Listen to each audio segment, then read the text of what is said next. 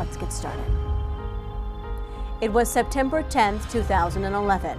A group of teenagers are hanging out at a friend's house, just enjoying life, until a car pulls up and opens fire.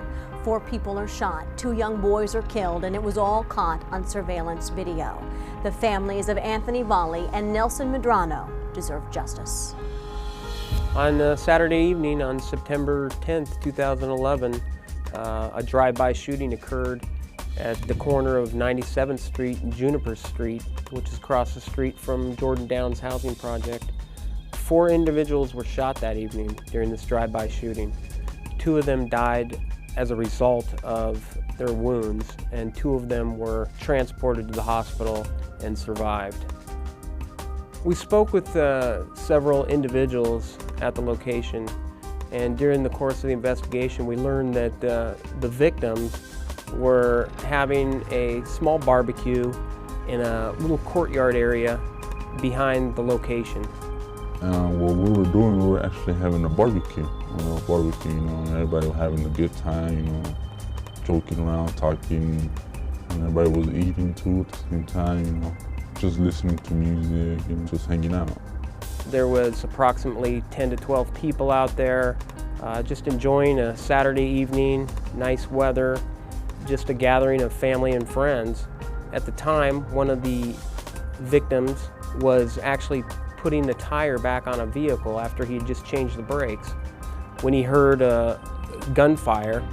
I was just finishing it, I was putting the tires on, and all of a sudden I heard like fireworks. He looked down at the row of fencing and he could see dust coming off of the fence, which he believed was now gunfire as the bullets ripped through the fencing. 3 of my friends fell to the ground. I threw myself down to the ground and I got shot. I seen my friend fighting for his life. It's kind of hard to talk about it. On that evening, there were 4 victims shot, 2 of them mortally wounded. One, a 16-year-old boy, Anthony Valle, was transported to St. Francis Hospital where he died. The other individual, Nelson Medrano, was shot dead at the scene. A lot of the family members and friends were in shock. They ran to help their friends. Unfortunately for Nelson Medrano, they were unable to help him at all. Nelson Medrano, he was my friend since like 10th grade, since high school. He used to play football. He was a good kid. He never went out. That was the first time he went out, and when he went out, that's what happened. And Anthony Villa, I wasn't really in touch with him that much. But he was a good kid too, He was a funny kid, He was always happy. And he was just 16 years old. 2 of the other individuals were also transported to St. Francis Hospital where they were treated for gunshot wounds. That night, I got shot on my right butt cheek. It was painful. The first week, I couldn't walk. For a month, I was in a cane. I'm barely starting to walk again. We were able to obtain some surveillance video that was taken from across the street at the Jordan Downs housing project. In this surveillance video, we see a small compact vehicle driving westbound on 97th Street. At the time the shooting occurs, you see a flash, which kind of leads us to believe that this could have been a fully automatic weapon. The witness who saw this vehicle prior to the shooting, he described that he thought it might have been a stick shift. We believe it's possibly a Honda or Acura, described as a dark color. The suspects are described as one, a heavy-set male Hispanic with no real description.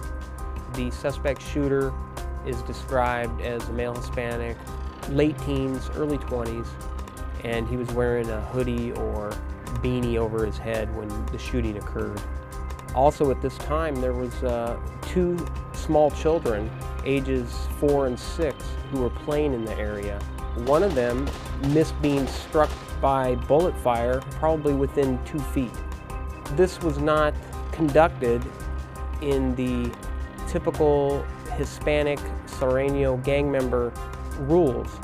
Years back, the Mexican Mafia put out rules that when a drive-by shooting is done, you have to stop your vehicle and step out of the vehicle prior to shooting.